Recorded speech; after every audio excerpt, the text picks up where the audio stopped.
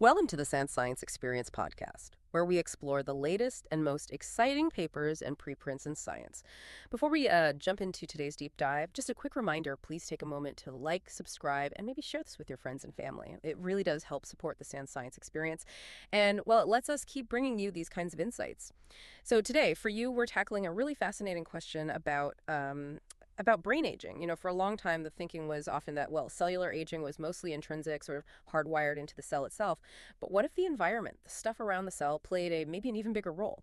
We're digging into a pretty groundbreaking study today that gives a, frankly, surprising answer, and it focuses on these crucial brain immune cells, microglia. That's right. Microglia are, well, they're the brain's resident immune cells, constantly checking things out, keeping the brain healthy. But as we age, these really vital cells, they change quite a bit, especially in places like the cerebellum and the white matter. And these age-related changes in microglia, unfortunately, they seem to contribute to cognitive decline, maybe even push along neurodegenerative diseases. Okay, so if microglia are that important and they're so affected by age, the big question is obvious, right? What's really driving those changes? Is it like the cell's own internal clock ticking down, or is it the neighborhood it lives in, the brain environment? To figure this out, the researchers came up with a really clever experiment. Can you walk us through that, this heterochronic myeloid cell replacement? Yeah, it's quite an innovative approach. They developed this system basically to replace the recipient animal's brain myeloid cells, which then become these microglia-like cells with donor cells that were either young or old. Oh. So this setup, it really let them pick apart the variables, Yeah. Testing whether it was the intrinsic age of the cell itself or the age of the brain environment that mattered most for microglial aging. Right, isolating the key factor. And what did they find? I heard the results were pretty clear cut. Oh, absolutely. The core finding was, well, kind of a bombshell, actually. They found that young donor cells, when you put them into an aged brain, they really rapidly started showing signs of aging. Really? Yeah, both in terms of their gene expression, what genes were turned on or off, and even their physical shape. They started looking like old microglia. Wow. And the opposite. Old cells in young brains. Exactly. Conversely, when they put old donor cells into young brains, those cells started adopting remarkably youthful characteristics. It strongly suggests that the local brain environment, not the cell's, birth certificate age, is the primary driver. It's an incredible example of how adaptable these cells can be. That really shifts the perspective, doesn't it? It suggests we might be able to influence aging by, well, changing the surroundings, not just fixing the cells individually.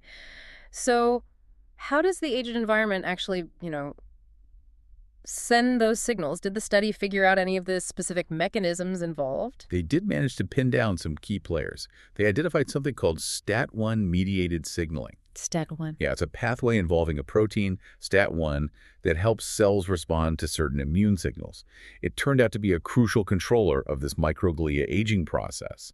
And when they actually knocked out STAT1, basically switched it off in the young donor cells, those cells were protected. Protected how? They didn't acquire those age-related changes even when they were put into an aged brain.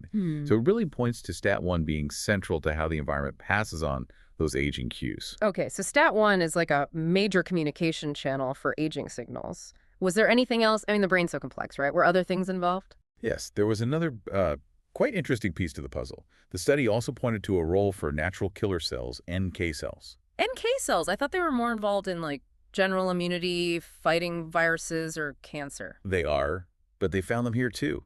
These NK cells, which are relatively rare in the brain normally, seem to be necessary drivers for interferon signaling in the aged microglia. Interferon signaling, another immune pathway. Right. And specifically, when they depleted the NK cells, it actually prevented that age-related increase in interferon signaling you see in cerebellar microglia. The idea is that the NK cells might be releasing something called Interferon-gamma, IFN-γ, which then acts on the microglia. So it connects this specific immune cell type to the aging process in the brain. Wow. Okay, so connecting these dots then. STAT1, NK cells, interferon.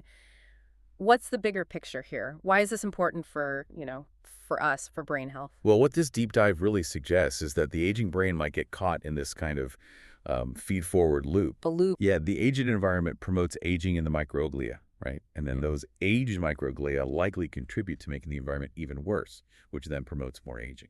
That's a sort of vicious cycle. Exactly. But By identifying these specific pathways, like STAT1 and specific cells like the NK cells, this research opens up some really exciting potential new avenues for therapies.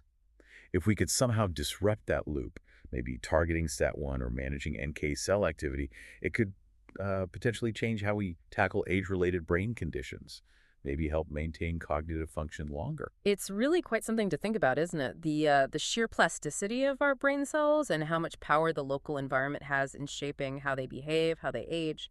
This deep dive really shows that fighting brain aging might not just be about rejuvenating the cells themselves, but maybe about changing the whole neighborhood they live in. A completely new angle. Yeah. Well, thank you for joining us on this deep dive. Please don't forget to like and subscribe. It genuinely supports the Sans Science experience. We'll be back soon with more exciting science.